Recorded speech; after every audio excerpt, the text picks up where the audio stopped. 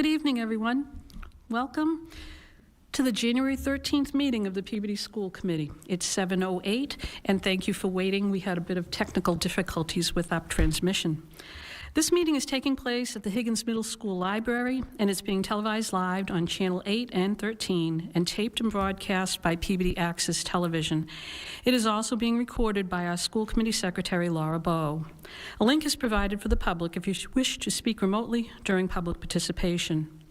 Present with me this evening are school committee members Amico, Carpenter, Cox, Millman, Olympio, as well as Superintendent Dr. Vidala, Assistant Superintendents Dr. Chase and Dr. Higgins, our CFO, Mr. Rippin, and I'm Beverly Ann Griffin-Dunn, Vice Chair of the School Committee. Mayor Betancourt could not be here this evening. He may arrive later, but I will be serving as chair for this evening. A special welcome to our two new members, Suzanne Cox and Pamela Millman. Please join us for a moment of silence, and we honor Mr. Eugene Stade, a longtime Peabody educator who passed away this week at the age of 92. Mr. Stade was a dedicated teacher and administrator, and he touched the lives of thousands of students and families in Peabody. He was beloved by all who had the pleasure of learning from him and of working with him. He started his career as a teacher at the South School.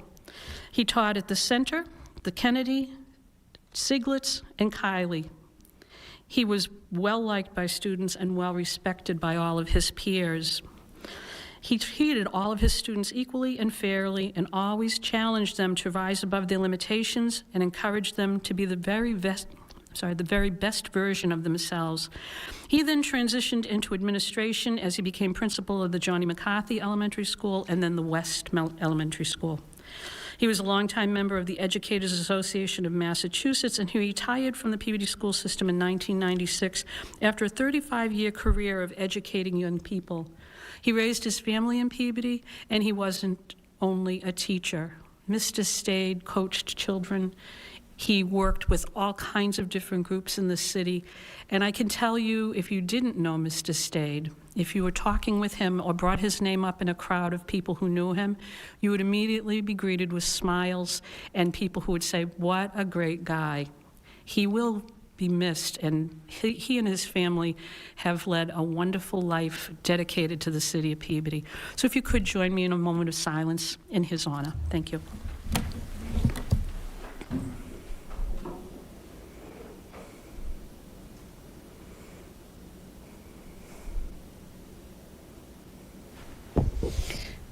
Thank you. Please join me in the Pledge of Allegiance. I pledge allegiance to the flag of the United States of America and to the republic for which it stands, one nation under God, indivisible, with liberty and justice for all. Thank you. We actually have some guests with us this evening, and if no one objects, I'd like to have the superintendent bring the people who have a lot to tell us in front of us so they don't have to wait for the later evening hours. So, Dr. Vidala, no objections. Go right ahead. Thank you. Thank you, Mrs. Dunn. So we'd like to welcome today our student advisory group. For the first time in a while, we have all 4 graduating classes represented, I think, which is wonderful. So we have 5 students with us today. So please come on up. And Mrs. Corey Barkley is here, who is the advisor. She does a wonderful job. So I will put up your presentation, and we look forward to hearing about all the wonderful happenings and some of the exciting things that will be going on at the high school.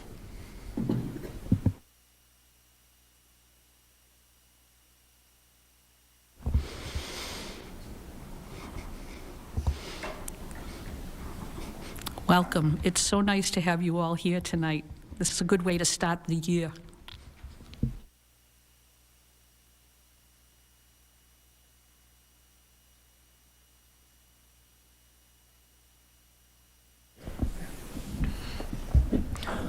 All right, so we're just going to go down the line and introduce ourselves. So, Angie from the class of 2029. Here. Hi, I'm Angie. Hi, I'm Yana, and I represent the class of 28. Hello, I'm Eden, and I also represent the class of 28. Hi, I'm Maria, and I represent the class of 2027. Hi, I'm Adam. I represent the class of 26, and Kat is sick, so unfortunately she couldn't be with us today. Tonight, we're going to talk to you about the highlights and going-ons about stuff going on at Peabody Veterans Memorial High School. And we're going to follow you up on the last meeting. And we're looking at priorities for this school year and beyond.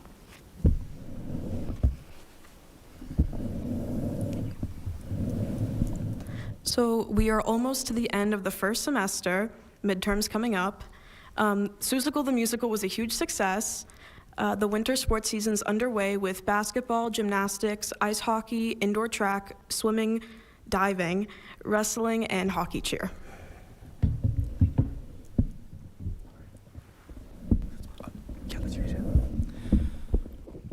All right, so some more highlights and going-ons. The homecoming dance was well attended on Tuesday, November 25th. I was there, I can attest. It was really fun, a lot of people. We had a successful Spirit Week leading up to Thanksgiving break, and we want to congratulate the following 3 seniors who completed their Office Excel exam and are now certified Microsoft Office specialists: Lucy Golden, Adam Ismail, and Jackson Adam Gonsalves.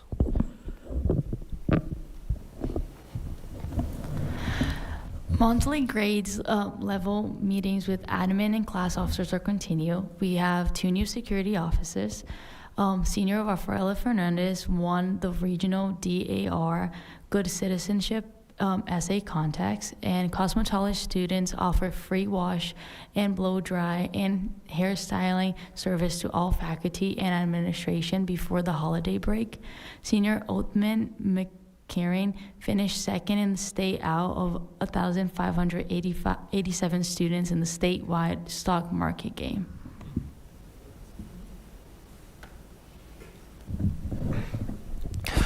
We celebrate 94 students in the senior class of 2026 who earned the John and Abigail Adams Scholarship. Our culinary department did a great job on the celebratory breakfast.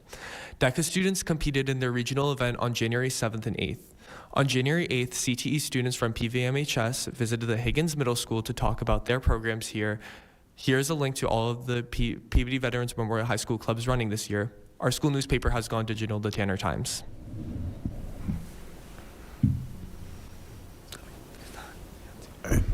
So some items to follow up on from the last meeting. So first of all, we want to thank you for placing the curtains and hooks in the girls' locker room. I remember I asked about this at the last meeting, and I'm really appreciative that you guys went in and you put in the hooks. So thanks for that. Thank you for the PEF approval for the funding for a freshman-sophomore assembly in February called Recycled Percussion to spread the message about kindness and anti-bullying following what happened at the middle school. Also, following up on the plan to improve student bathrooms at PVMHS, we're applying for a grant through the PEF for vape detectors. Looking at priorities for the school year and beyond. So we have questions about approved fundraisers. It had been a past practice that requests from fundraisers that had been strictly monetary donations, i.e. SNAP raises, have not been approved. Is that something we can revisit? Because we feel that it would be great support for many of our school groups. So questions and answers. Also, thank you guys. And if we get some responses to the question earlier about SNAP fundraising. Thank you very much. I'm going to open this up to anyone with questions, and Dr. Vidala. Sure, and I'll just begin. Thank you so much. Great presentation. Very excited about some of those things. 94 students with the John and Abigail Adams scholarships. The breakfast was great. It was really nice to honor everyone. I'm really looking forward to Recycle Percussion. I think that's going to be amazing. Just a little bit on the SNAP raise. There is a policy for no canning from the district that has been a long-standing. We don't have students go out and can to raise funds, and that's been a long one. And that was really about protection for students and making sure that we weren't putting kids in harm's way or having them out by themselves out in the community with cans. So SNAP raise has always been sort of under that umbrella, but I'm glad that you brought it up because it's something that the committee can certainly discuss. For those that don't know, SNAP raise is an online platform that asks for donations for clubs and activities. Many other communities are using it. We haven't approved it as of yet because it was sort of under the same as canning, although as I reflect on it, it doesn't have the same dangers for students that canning would be. You wouldn't be out in the community. It would just be asking for a monetary donation electronically. I think some of the members may have some questions about how it functions and how we would receive the money, but I would have less concern about the safety as we do for canning. So, I think as long as everything, we're on the up and up and we were able to figure out the money side of things, I think this is something that I could support and reach out to the committee if they would be open to this, that we could move forward. And I know Essex Tech does this, so I don't know if you have any background on that, Mrs. Dunn. Yes, actually, we can get some more information on this. One of the problems with the fundraising, and you students know it better than we do, is the way that the funds come into the district. The laws haven't kept pace with technology. That's part of the problem. So we just have to look at how SnapRaise works and how the money would be directed into your accounts. And it goes into that bigger picture that we're still looking at as to how can you get paid online. So it's a bit interrelated, but definitely we will look at this and be able to get back to you, because I know it's important, and there's got to be a way to do it. So definitely don't feel like you're asking too much. It's good to keep after this, because it's just making us progress on how you kids are able to raise funds for all of the things you do. Are there any other questions, Mr. Miko? Great, thank you, Chairwoman Dunn, Madam Chairwoman. How should we address you? I don't know. I know. Well, thank you. Through the chair, thank you for presenting tonight. That was great. And this seems to come up every year. And, our students are trying to fundraise for their great groups. They work hard. They deserve to get those dollars into their groups. So I would ask if we could maybe contact another district, maybe through the chair, Ms. Dunn. I know you have a network over there at Essex Tech. Maybe Yes. see how they're using it, how they're working it with their student groups, Right. and maybe bring it back to us. And I'd be fine with supporting it if Yeah. everyone else does. Yep, I'd be So, glad to do that. appreciate it. Thank you, guys. Mrs. Carpenter? Thank you, through the chair. Thank you for coming tonight. Appreciate all the updates. In regards to the SnapRaise, maybe, do you have any of the answers that some people are asking tonight? Or Ms. Buckley, do you know where the funds funnel through or who collects them? Does anybody know any of that stuff yet? No? Yeah. I can answer. I'm fairly certain that when fundraisers go through Peabody High School, they get sent to one account, which they then get divvied up based on what clubs report that they made through fundraisers. So the process of going into one bank account is probably the biggest problem when it comes to fundraising. But along with that, I had another question that I wanted to lead with. Considering how Dr. Vidal was talking about canning and how the practice was, why we don't do it because it puts students' safety at risk. Considering that online there's a lot less safety risk, like Dr. Vidal was saying, would any of you be against fundraising online, purely considering that the only big issue with canning in the first place was the safety of students, which is something that can be like almost completely mitigated by going through like an online pathway instead of talking to somebody in person? Are there any other major concerns about it outside of the canning aspect? So I'll follow up. So the SnapRaise, that's strictly all online, right? So you would fundraise through social media, emails, those type of ways, right? So Yes. I don't think there's any problem with that. I guess the biggest question is, what account does the money go to, and then how do you get it out, right? Mr. Rippon, do you know anything about that?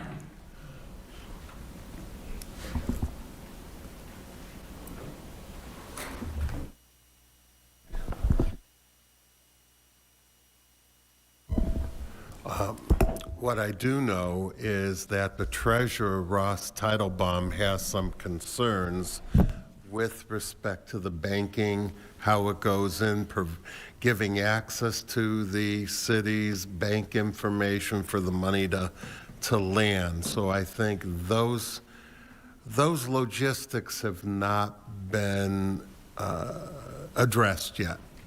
as I understand it. That's the concern, rather than a check just coming in from all the online fundraising that then can be deposited. And again, I haven't heard of a workaround yet. It'd be interesting to see how other treasurers make that work in other municipalities. Thank you for the response. Dr. Vidala, can we make it happen and figure out how? Yeah, so I Essex think Tech- the biggest difference between SnapRaise and Venmo is multi-people trying to get access to donate money or to give money. SnapRaise, I believe, is a vendor. And so we partner with them as a vendor, and they send money to us. So I do think that we could probably work with this if the committee is open to the idea of partnering with a company that becomes a vendor, and they collect the money and they send it to us, not having access to our bank accounts, but similar to, other companies that we partner with that would then, cut us a check, basically. So they wouldn't have access to our banking, which I think is really the concern of the treasurer, which makes complete sense. So I do think SnapRaise would become a vendor, and they would partner with a vendor, and then we could raise the money, and it's all online, so it's all open. You can see what it is, and it can be audited, and then they can send us the money. They don't need access to our banking accounts. That's how I understand it. And actually, I can see how it is different. It sounds more like a GoFundMe in a way, and that is different. And we actually do have some policies and regulations on how to do online fundraising. We had to put them in place a little, maybe, I don't know, 7 or 8 years ago, just because of some difficulties. So we would be able to give you some information on how to handle it. It has to go through anything that you're going to put online for a fundraiser. The superintendent has to approve the language and make sure that it's appropriate for the fundraiser. But we do that for every fundraiser anyway. It goes to your principal and then comes to the superintendent in different cases. So there's definitely a way to do this. I also know, and I don't mean to speak for our treasurer, Mr. Teitelbaum, but he has been speaking actually with the treasurer at with the business manager at Essex North Shore to find out how they handle it. They've been having some difficulties as well.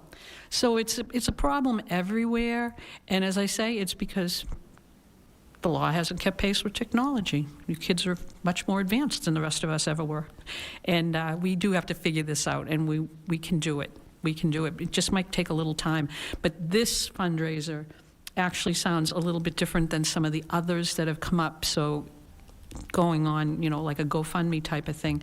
I think part of the issue is being able to control how the money is raised and where it goes. And that's part of what the law steps in on about the accountability and handling the money. And so definitely it's a good topic, and I would say we'll include you in those conversations because you're going to need to know this going forward. And when you're on your council at college, it's going to come up there, and maybe you people will be the ones who straighten the rest of the world out on this. Mr. Miko. Through the chair, Ms. Dunn, to whoever may have the answer to this. So with this SnapRaise, monies go into this vendor, and then the vendor pays us. Will they earmark what group or what club?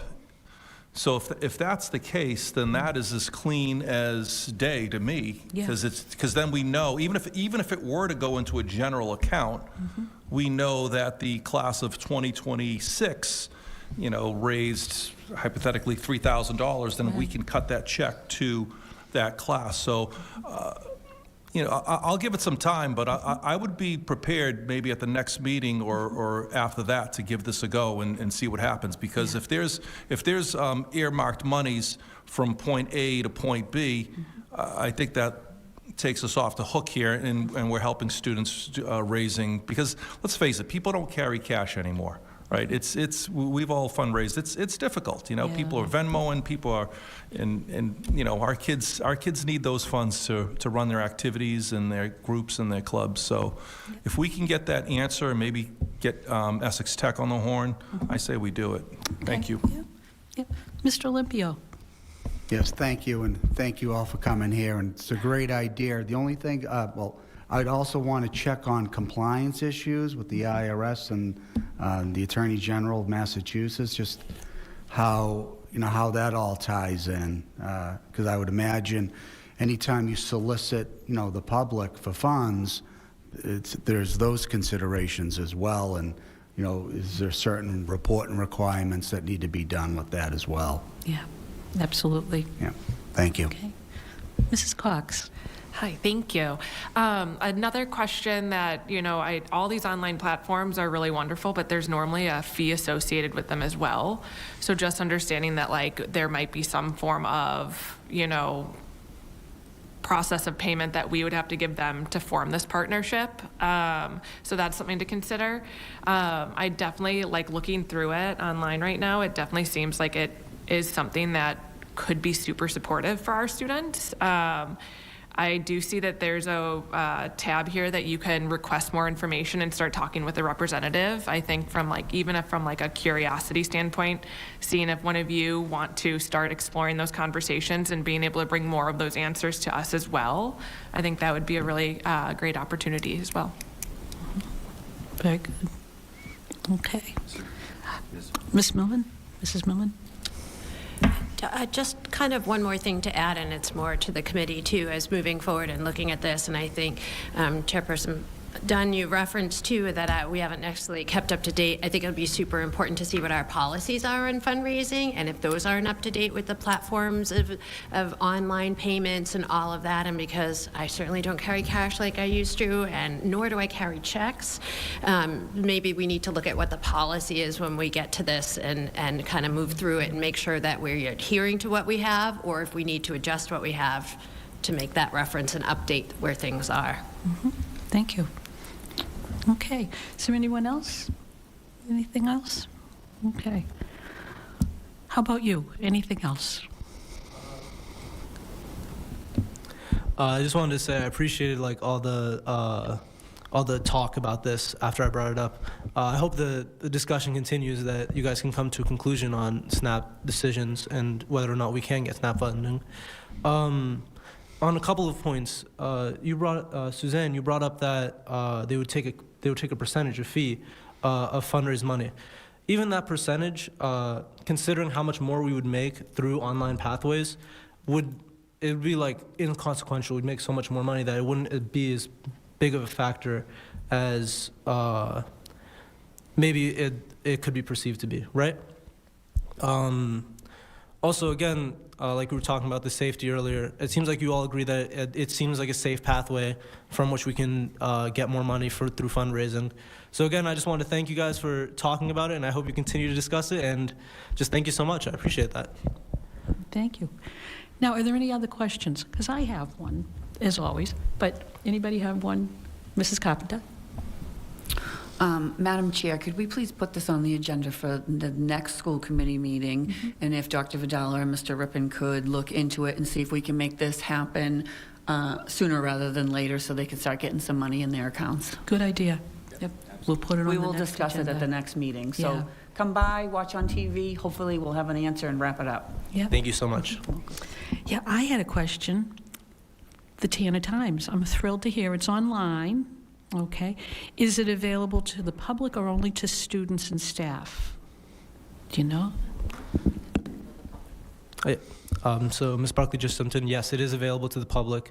Mm-hmm. They used to have just a little paper envelope in one of the hallways where you could pick up a Tanner Times. So now that it's online, it's going to be a lot more available to people outside the school, which I think was a big factor in why they chose to switch from the paper format to going online. Very good. Okay, thank you. All right. Ms. Millman? On the same line of the Tanner Times, is there is it going to be linked to the website? Is there a website address that you can share out? And is it translated into other languages? Yes. There's a link to the Tanner Times in the slideshow. I don't believe it's translated into other languages yet, but we can definitely discuss that with the club and the people who run it to see if they'd be willing to do something like that and translate it into languages like Portuguese and Spanish and stuff like that.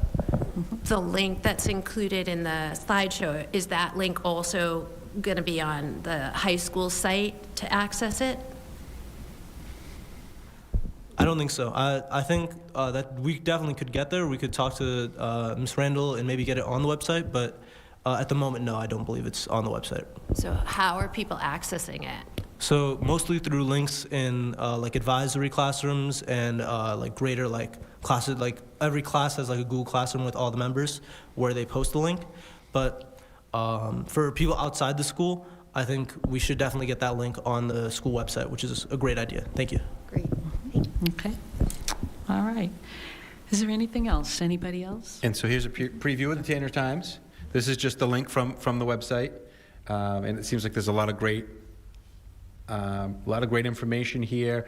And if we do integrate this with our website, it would be we have the functionality to translate it right online. You could choose the language. So I'm sure we can work with our tech department and make that a link right through our website, so that you'll be able to have that and get a little bit more traffic on your website. So looks really great though. Very good. Thank you. Great, thank you. Okay. All right, well, thank you again for coming, and look forward to seeing you again. We'll get some answers for you on your questions, and thanks for the updates. They really, really help us know what's going on, and everybody can be proud of the work you're doing at the high school. Good job. Okay. Great, thank you. Thank you again. And if there's no objections, Ms. Barkley has a field trip that's on the agenda. We could just jump right to her, and I will... It is item number 3 on the superintendent's report, and it is the World Languages trip to Puerto Rico. Okay, and there's no objection. I'll let you go. Go right ahead. I think there's a slide at the very end of my slide. There it is. Okay, so basically, the World Language Department last year tried to plan a trip to France, and we needed between 6 to 12 students to go, but only 4 signed up. It was over $5,000 for an 8-day trip to France. And so we were trying to figure out a way to do a trip with students that was more affordable. And we met with a bunch of different travel agencies that do stuff like this, and we found Explorica was just the best one. I have experience working with Explorica. I took a group of students to Costa Rica with that organization a bunch of years ago, and it was great. So we would need 12 to 18 students to run the trip. We'd be able to take 2 to 3 teachers. Marlena Vizcarra, one of the other Spanish teachers, and Monica Contreras Uribe, I think. She would be the other teacher attending. It would be 5 days, 4 nights, and $2,500 per student. The students would be able to see the San Juan Old City and the castle with a guided tour, Luquillo Beach, for snorkeling, and El Yunque National Caribbean Rainforest, which is incredible. The trip price includes flights, meals, tour guides, bus, overnight security, doctors on call, a 24/7 emergency team. And I can say from experience, working with Explorica previously, like we literally had doctors visiting the hotel at like 3 in the morning if we needed them to. So, yeah. Okay, thank you. I'm going to open it up. Are there any questions from the members? And just so our new members know, it's our policy that when there is a trip overseas or outside the continental U.S., it requires school committee approval. So that's why we're going to vote on it tonight. So if anyone has any questions, please let me know. Oh, Mr. Miko. That's what I was going to do, so go ahead. So I'll make a co-motion with Ms. Carpenter to approve this vacation trip in February break for February 2027. Oh, so it's next year, February 2027. So moved. Okay. Second. All right. You've heard the co-motion from Mr. Miko and Mrs. Carpenter, second by Ms. Cox. Any discussion? Okay, Ms. Millman? So it's for 2027, and I'm assuming working with Explorica, like they're used to like the setup should the money get raised with the deadlines, and then God forbid we have COVID again or all those other components, so that we don't have, because I know that having had an 8th grader planned trip way back in COVID days, they lost a lot of money and it didn't come back. And so I guess in looking at this, just understanding and the preparation behind it, there's pieces of that have been reviewed, I'm assuming.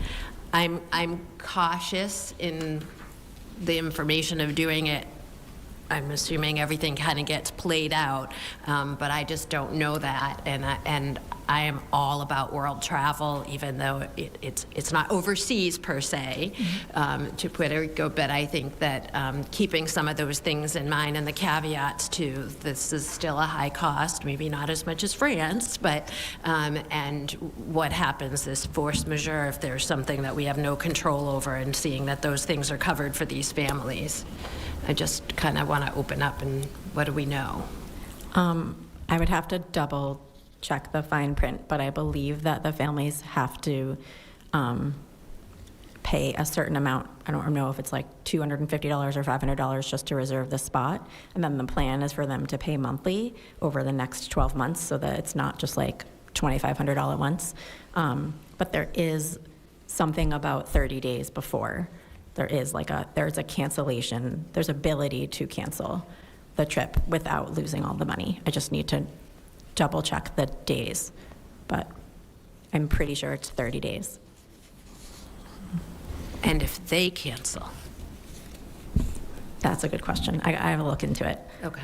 I put some of those cautions and questions out there before moving totally forward. And the other part of it is for making this accessible for any student that wants to go, and that there's something in place for that too, for any student that would want to go on the trip. Do you have to be in the Spanish class? We're going to open it up to Spanish 1, 2, and 3 students first. And if we don't get enough student interest, then we were going to open up to other classes and other students. And a way to either fundraise or make it again accessible to any student, and making sure we look at that picture too. Yeah, we were hoping to sell something. We haven't decided what yet. So, yeah. Okay. Anyone else? Okay. And I will speak. I do feel confident. I know it's with EF. We've used that company many times in the past. They've had a very good protection plan, which is pretty much included here in the materials. Thank you very much for giving us these. And they have been very good about any trip cancellations due to unforeseen events. And with the way things happen, they're very, very responsive. They've been very good in the past, and I mean, hopeful that they would continue that because they have such a good reputation. So I will not be voting because as chair I can't vote tonight, but I would support this. I would let you know that. I think it's a great trip. I think the students have the chance to learn a lot, and I'm glad you're going to do it. So thank you. All right, is there any further discussion among the members? Okay, we have a motion with a second. Let's take a roll call vote. Mr. Olympio? Yes. Ms. Millman? Yes. Mrs. Carpenter? Yes. Mrs. Cox? Yes. Mr. Amico? Yes. Okay, vote passed. Good luck with the field trip. Thank you. Thank you. Great, thank you all very much. And if there's no objection, we do have one more trip to talk about tonight. Ms. Bottano from the Higgins is here, and so I'd like to call her up to talk a little bit about her trip, and we want to thank our students for being here as well, and wish you the best, and we will see you soon with some more information on Snap Race.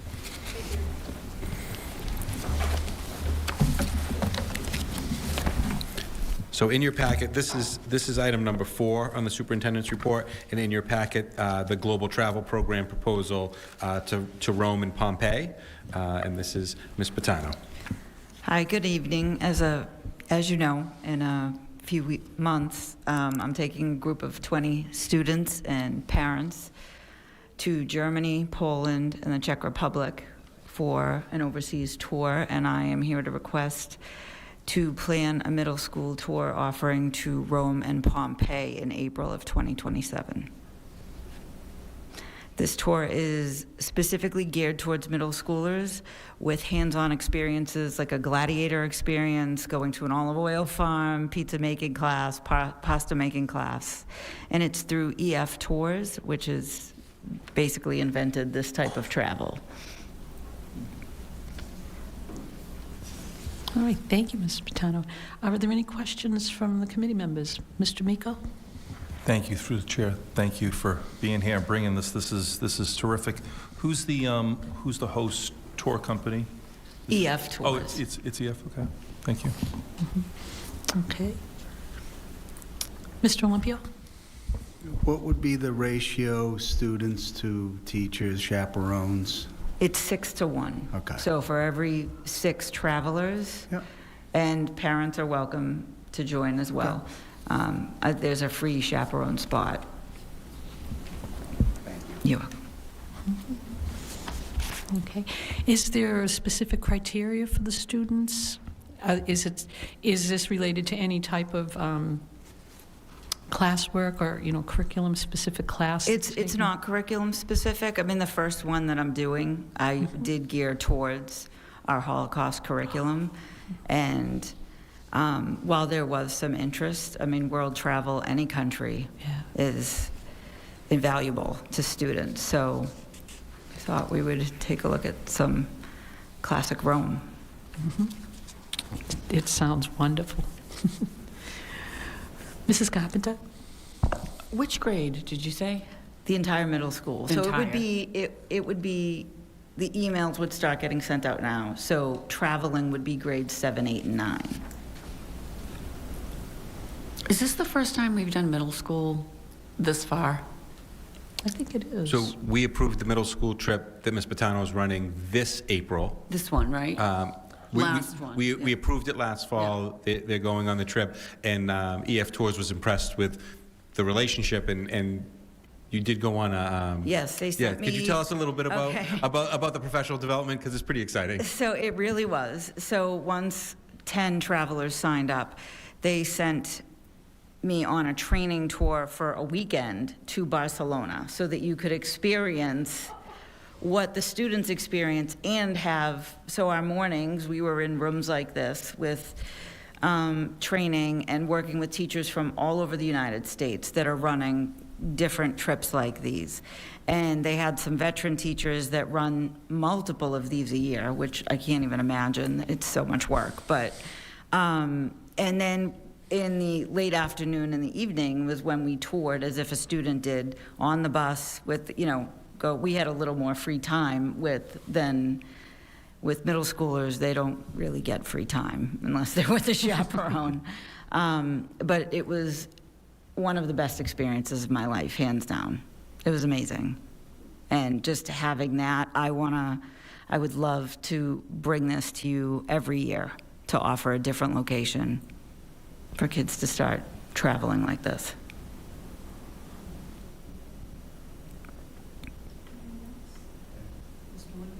Mr. Olympio? I'd like to make a motion to approve the global travel program trip for the Higgins Middle School to Rome. Thank you. Is there a second? Second by Ms. Cox. Okay. Any discussion? Mr. Miko? The chair, Dr. Higgins said he wanted to go. No, thank you for being it. This is wonderful. Just a great experience for our kids, so thank you. Thank you very much. Okay. Oh, Ms. Millman? I just with the previous one around the Spanish classes going to Puerto Rico, of how you're connecting with curriculum, I guess is just a little bit of curiosity is piqued of being able to connect it and bring it back, from the students bringing it back, from the students going, how to connect it, and then the other component of, again, being sure that it's accessible to all students and how that's been, and I know EF is the most reputable of Yes. doing that, but I guess kind of thinking for ahead of time of how that's going to be done, if you could just answer. So because we don't offer Italian, and we have grades 6, 7, and 8 that we're offering it out to, I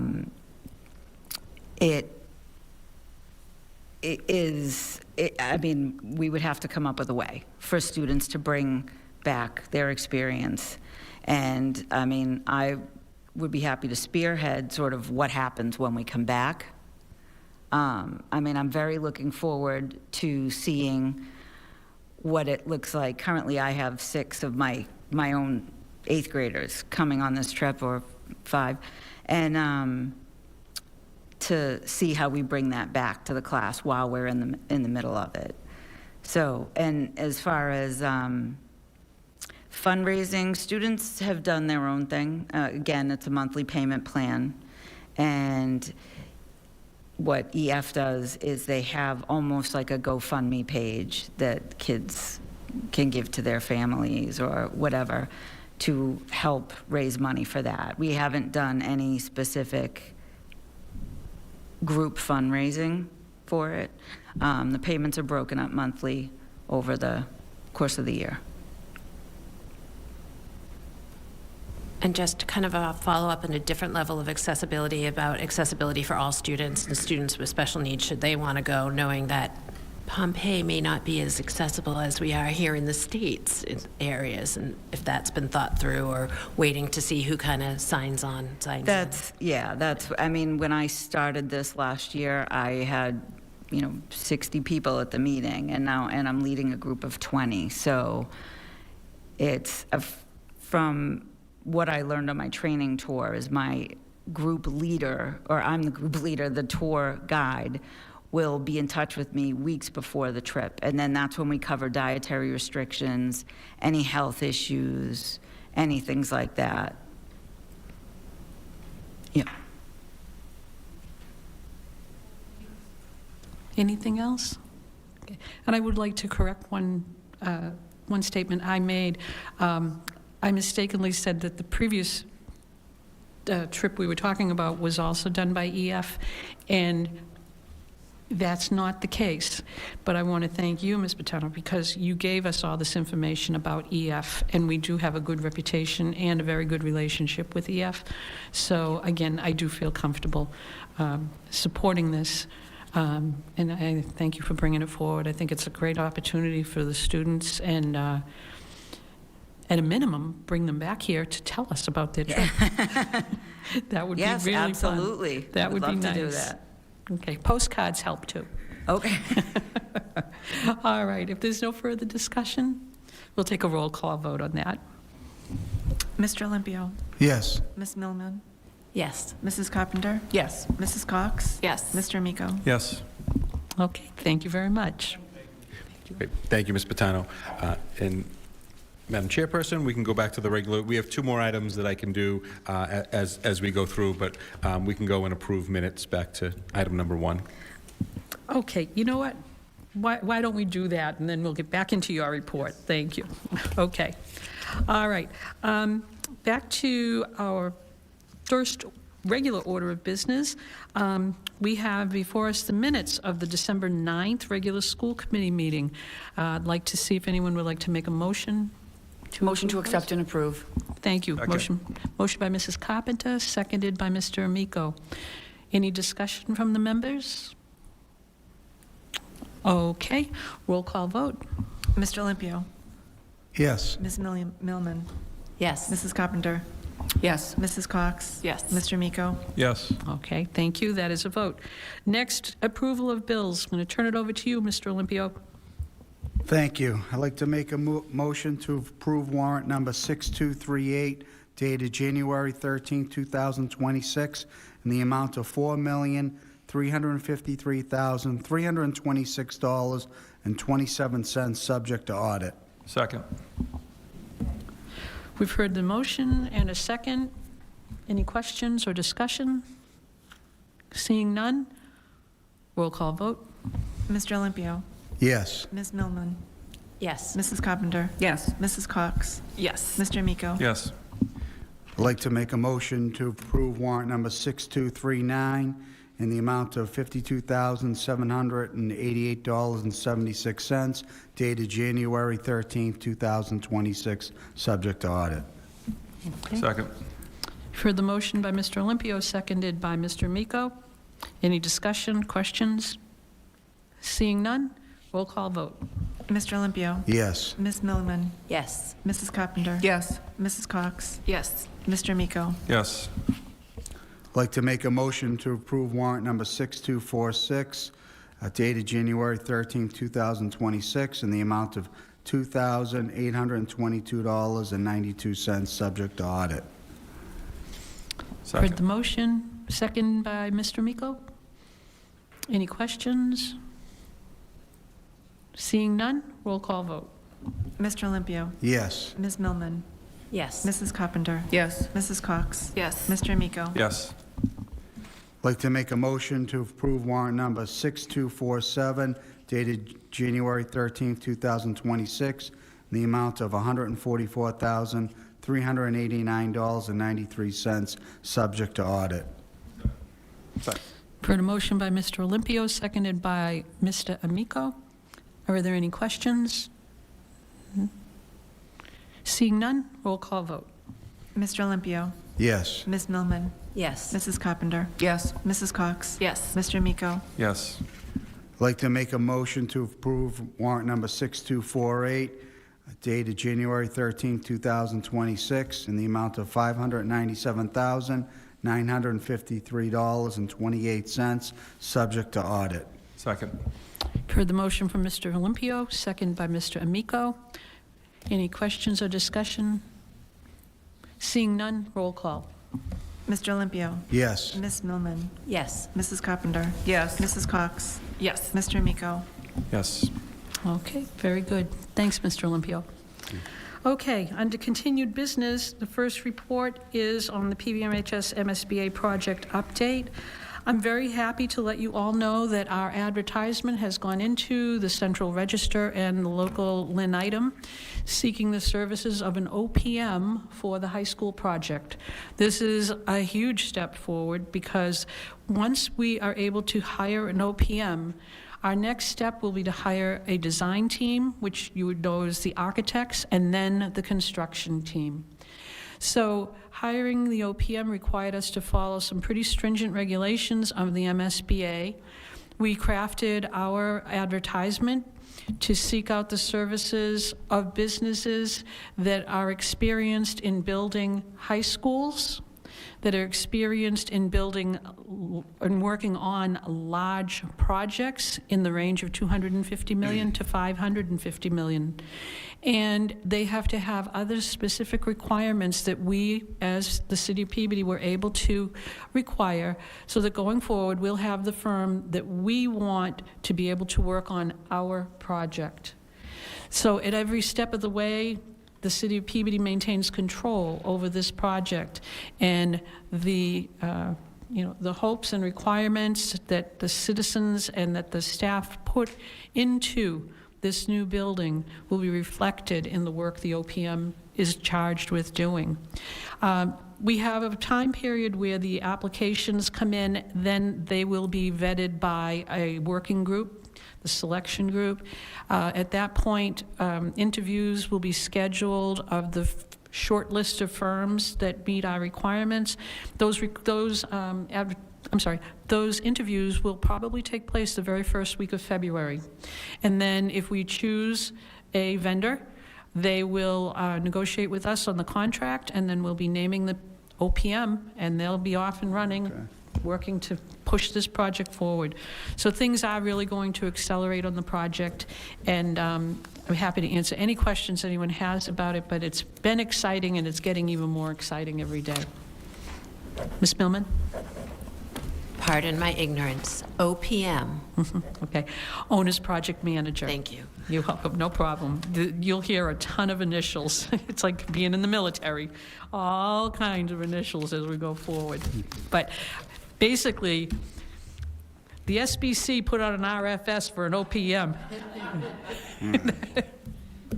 Education ones I get. Building construction, I don't know. I know.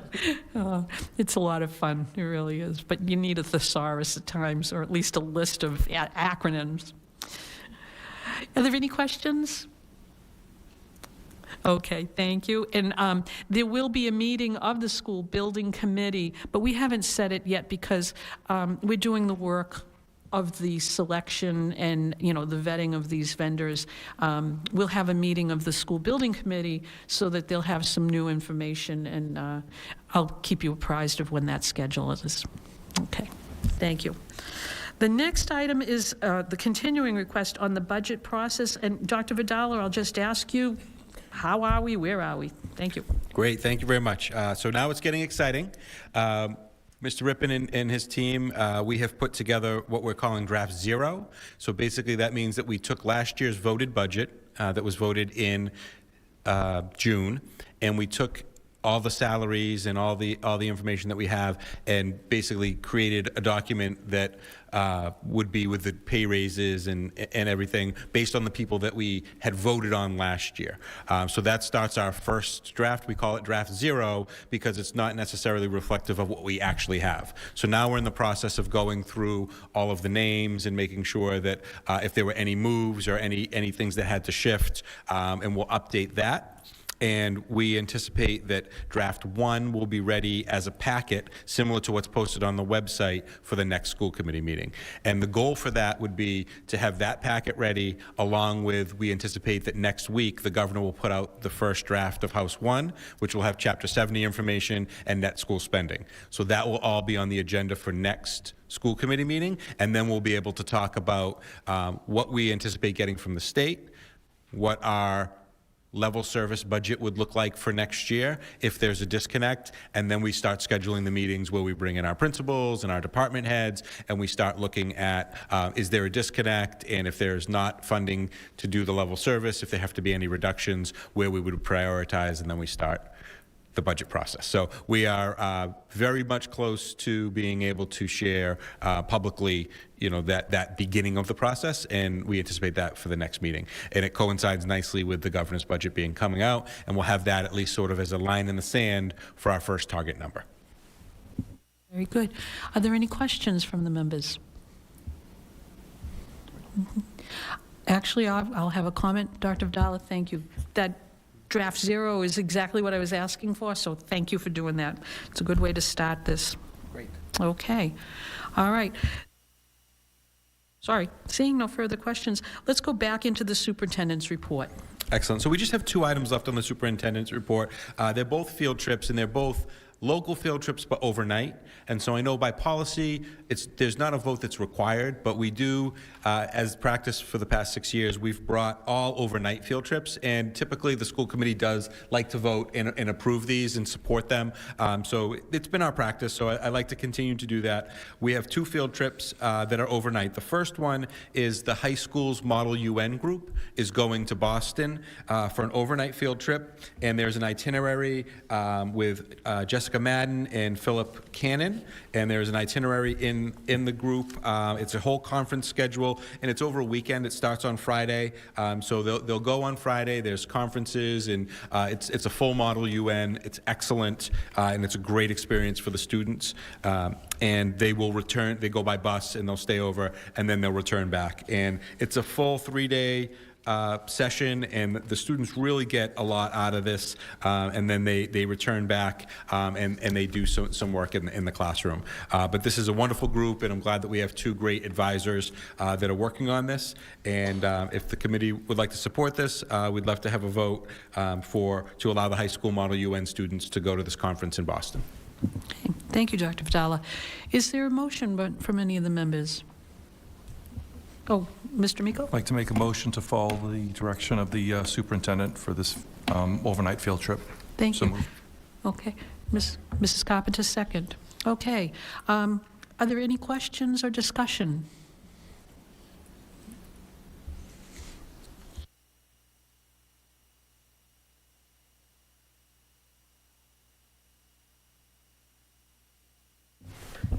It's such a great program. Oh, thank you. It is such a great program. I'm so happy the students are participating. They really will have an incredible experience, so thank you for having them do this. Okay. I think we can take a vote. Roll call vote, please. Mr. Olympio? Yes. Ms. Milman? Yes. Mrs. Carpenter? Yes. Mrs. Cox? Yes. Mr. Miko? Yes. Okay, thank you. And then the next one, Dr. Vidala? Thank you, Mrs. Dunn. And the last one, this is a new one for us, and we're very excited. The Lions Cluster at the Higgins, grade 7. It's Heather Behrens, Scott Sutera, Nikki Bricknell, and Megan Orlando have put forth a proposal to do an outdoor classroom field trip.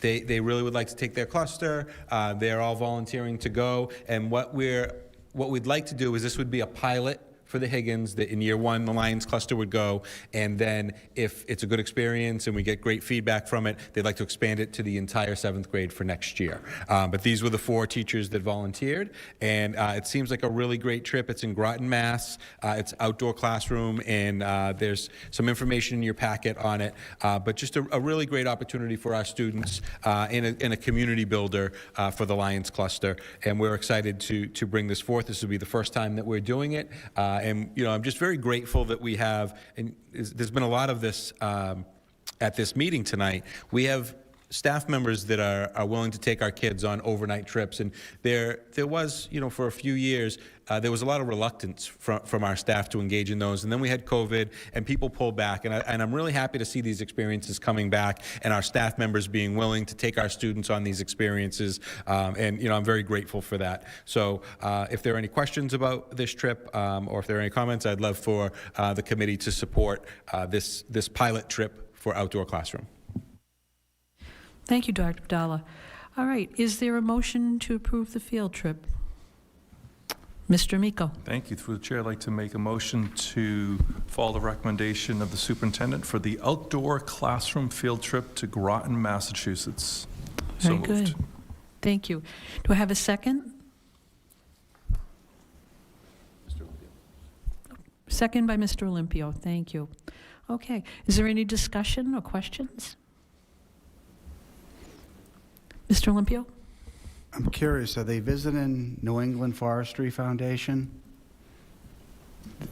I used to audit that organization for a I will get period. that information I used to for you. literally count trees and and timber back in the day, so I'm curious. Anyways. Maybe we could ask the students to do an audit on the trees for us. It's in Groton. Yeah. It's in Groton, yeah. Oh, that's nice. Okay. Ms. Millman? Well, 7th grade, is it? I would want to be on the Lions cluster. So I am going to ask the question about equity and accessibility. So these are staff members that have volunteered to take their students on this trip. It's an overnight trip. We did need staff engagement. We could not get consensus for the entire 7th grade to go because they haven't gone. So this group of teachers is asking to pilot the program. So they're the ones that have volunteered. And so I can ask Mr. Busey if they'd be willing to open it up to other students as well. But right now this would be a pilot program that they would start. They could not get the entire 7th grade to go this year, but they wanted to propose a pilot. Okay. Ms. Millman? I don't know when I can talk. I'm so new at this. So I guess that's a bit of a concern and reservation I would have. I don't know enough about the clusters. What I do know, there are some clusters that have more mixes of students with different abilities and different ranges and whatnot, to be very respectful of it. I'm a little bit concerned, although I see and understand when you say as a pilot, but that they're still only in 7th grade once, and when one group gets to go and another doesn't, it certainly feels a little different. And so is there something that can remedy that, or that is thought about for that? Or what about the kid that says, I'm in the Bears cluster and I want to go? Yeah, certainly great points, and I think one possibility is that no one goes. And so that's something we're trying to avoid, right? And so when we have one group that's looking to pilot, we want to support the group that's looking to pilot. And I'd hate to say, because everybody didn't volunteer, that we're going to deny the entire 7th grade. And so I'm definitely open to things. This is what came from us, from Mr. Busey and the team. And as I said, I wouldn't want to deny a group of people who are looking to pilot something, and hopefully it would be a great opportunity for us to expand it in the future. Right now we have one group that's willing to go, and so I wanted to bring it before the committee because I don't want to deny this group from having that opportunity.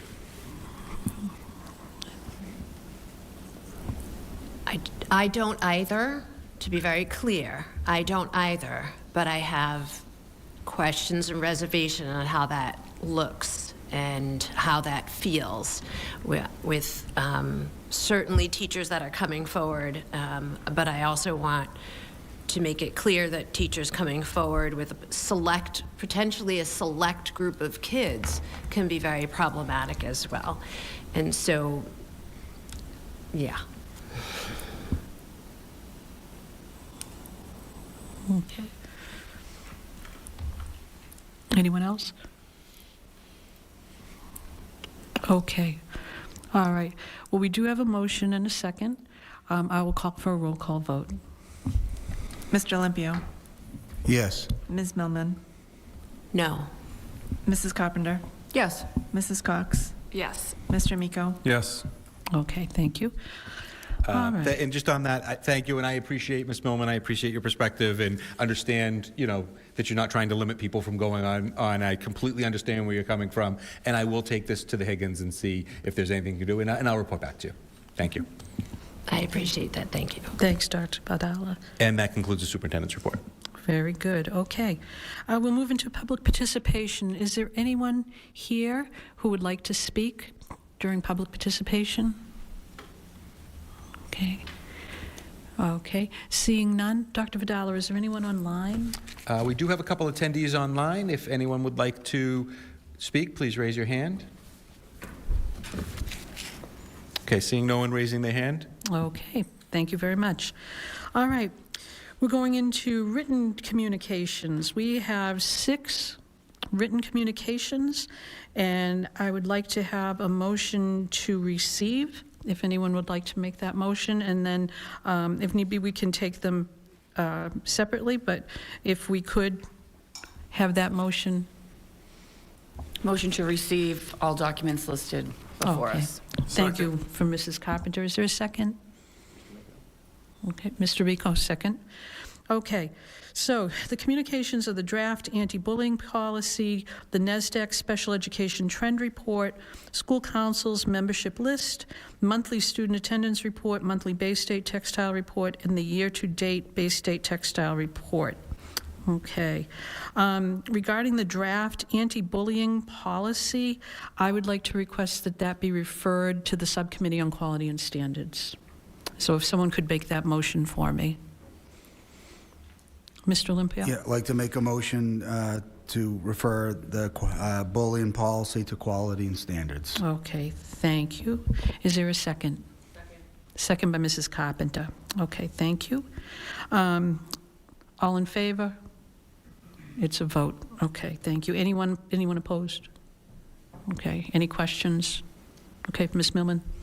I'm not opposed. I didn't want to No, yes no, I to that. understand. I just did want to, understanding that it's going to subcommittee, but I guess the question is, and then it comes back in, and okay. Yes. Yeah. Just having been on the task force and all the work done, and it's been amazing, an amazing group.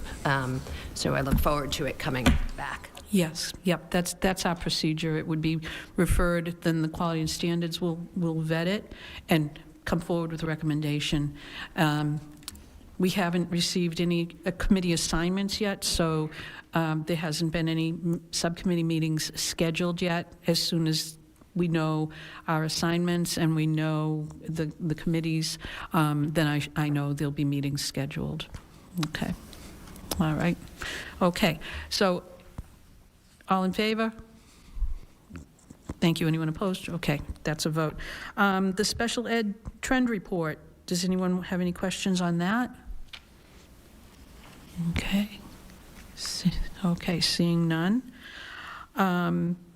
School Council membership list, anyone with questions on that? I want to thank you for providing that, Dr. Vidala. Okay.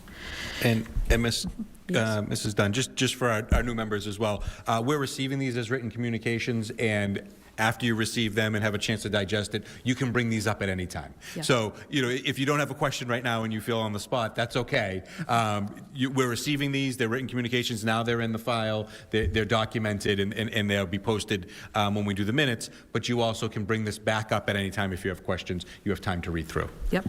Because I can guarantee you I'm going to ask about that NESDEC report at the next meeting. And we understand that. It's just this is how we receive it, and then now it's in the record, and we can talk about it at a subsequent meeting. Yep.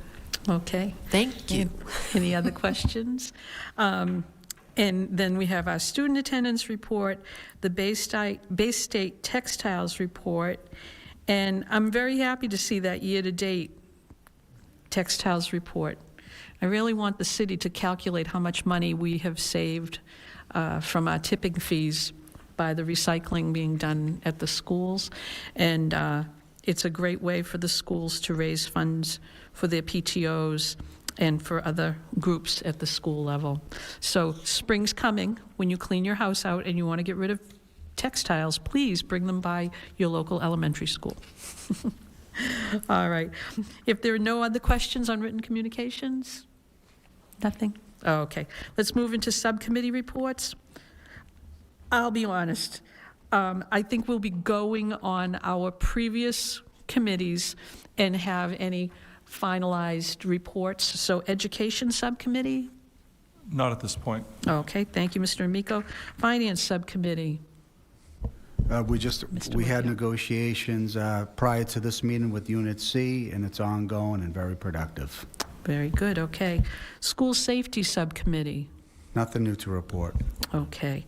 Athletics and wellness subcommittee? Nothing at this point. Oh, nothing, okay, thank you, Mr. Amico. All right, Quality and Standards Subcommittee, we actually do have some work to complete tonight. Before you in the packet for second reading, we do have 3 policies. The first policy is Policy ECA, Buildings and Grounds Security. I'd like to entertain a motion to approve that for second reading. Second. Or are you? Can you make it, Mr.? Okay. I can't make a motion. Like to make a motion to approve policy ECA, Buildings and Ground Security for a second reading. Okay, thank you, Mr. Olympio. Is there a second?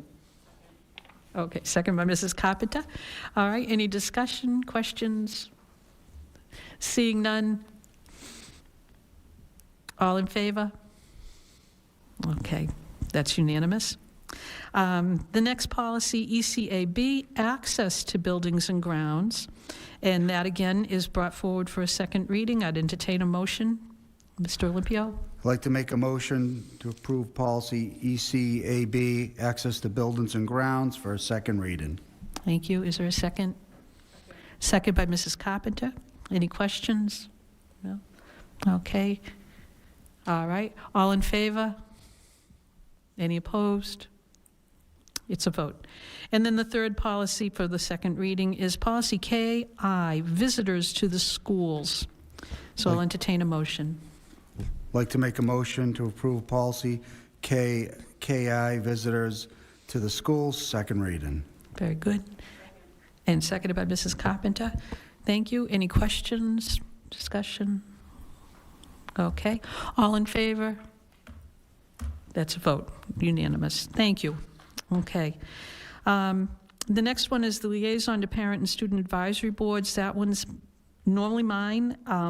Nothing has been scheduled yet, but as soon as we find out our assignments, I'm sure there'll be some information regarding the parent advisory board and then the student advisory board.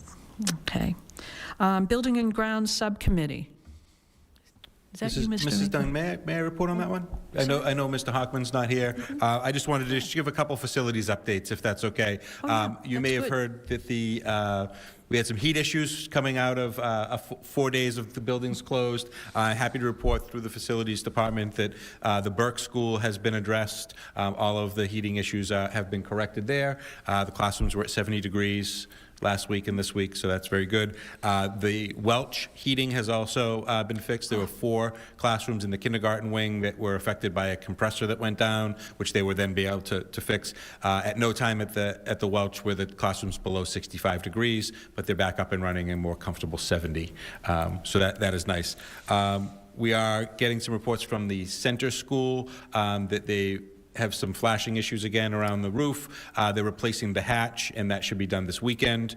And they also have upgraded some things and done some painting and things like that around the gymnasium. So big thank you to the facilities department. They're doing a lot of issues, and if there are any things that come up and people need some assistance with that, or if you hear of any facilities issues, just send those right along and we'll make sure that they get addressed. Very good. Ms. Spillman? Dr. Vidala, are the holes in the high school walls that you and I observed repaired? Well, we had our students here. I should have asked them. I will look into that and get back to you as soon as we can. But I'll go to the high school tomorrow and look at them. Okay. Are there any other questions? Thank you, Dr. Vidala. That was a good report. Okay, Special Education Subcommittee? There's a Zoom meeting on January 20th, 7 p.m. It's an open forum for parents. I would recommend that you go to the Special Education CPAC Facebook page or their website. Okay. Thank you, Mr. Olympio. Liaison to City Council and Legislative Delegation. Anything updated, Mr. Nothing to Carpenter? report. Nothing, okay, thank you very much. Redistricting, nothing, and then Performing Arts Subcommittee. I don't think we have a report, but Mr. Miko. If I could, through the Sure. chair. So there's a pancake breakfast Yes. on January January 31st. 31st, Ms. Dunn. 8 Saturday, a.m. January 31st at 8 a.m. to 11 a.m. It's $15 a person. Bring a $20 bill, just throw it in there. Exactly. They have raffles. It's a great event. It's the who's who of Main Street. Everyone shows up, so come down. It's great, and it's for an awesome cause. Those kids are great, and so I figured I'd throw that out there. Let's put that on the next agenda for new business as well. That's always a good reminder. It really is a great event, and you can get a ton of food and meet some good people and network at the same time. So if we could, let's put that on the agenda. Thank you. Very good, thank you. And in addition to a delicious breakfast and having a lot of fun and seeing your friends and neighbors and everybody, you also get treated to impromptu concerts by the students when they decide to break out in song, and it's really a lot of fun. Yeah, I'm humming in the background. Okay, we have nothing else, Ms. Milgman, sorry. Just a similar shout out to the performing arts folks at our inauguration, because that was spectacular and just really set a beautiful tone. That and the color guard of our RTC. Yes, yes, thank you. And culinary, thank you. Yes, and culinary as well. Very, true. very well done. It was a nice event and a nice showcase of our students. Very, very nicely done. Okay. Is there anything else? Anyone else? No? Okay. We have nothing for new business and items for the next, Mr. Miko, sorry. If we could, for the next agenda, if we could put that pancake breakfast on there quickly so we can remind people to go.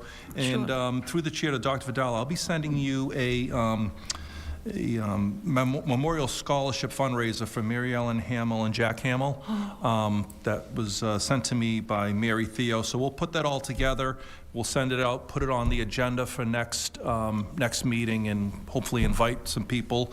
The event is in March, so we have some time, March 25th. But it's obviously going to a scholarship. It's going to benefit our students and the memories of some really very good people. So we'll do that next meeting as well. Thank you.